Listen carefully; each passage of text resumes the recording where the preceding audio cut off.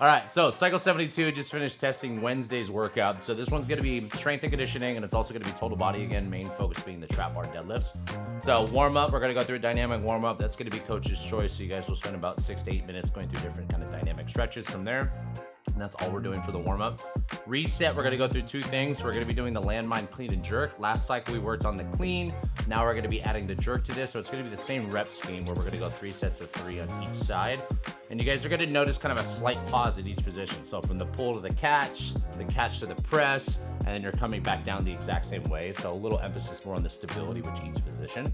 And then you're supersetting that with just a single leg glute bridge hold. So this is just body weight, loaded if you want, but for 90% of us, it's probably just gonna be body weight. The emphasis on that is to get the glutes going, open up the hip flexors and quads a little bit just with the isometric strength there at the end, and that's gonna be 30 seconds on each side. So 3 sets of both of those.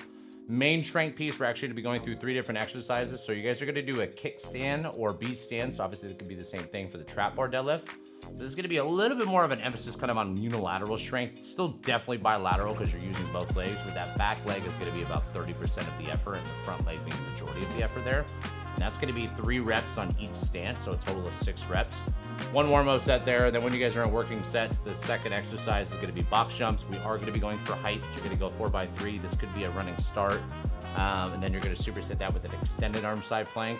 So extended arm being obviously the variation that we're looking for those that can't do it based off stability or shoulder strength. We can drop down to the elbows, or we can regress down to the elbows and the knees as well. So 4 sets of all those. Conditioning was a fun one. So this is gonna be a partner one. The way it's gonna work is you and your partner, so you'll see Karina in here.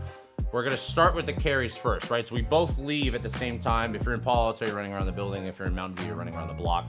And your partner is gonna run until they catch you, right? Once they meet up with you, you guys are gonna switch places. And basically the goal is for the kettlebells to take 3 total laps around the block or the building. So you're actually running a lot more than I thought you were going to be running. The only thing that I need to figure out, and we'll figure out obviously before this gets started, is how it's gonna look for those odd number classes if you're by yourself. But this one was a fun one because you get a little combination of some carry, and that's actually your active recovery.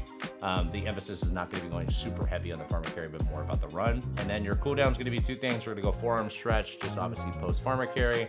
And then we're doing downward dog for 60 seconds, kind of open up the calves and the hamstrings and glutes a little bit. So hope you guys enjoy.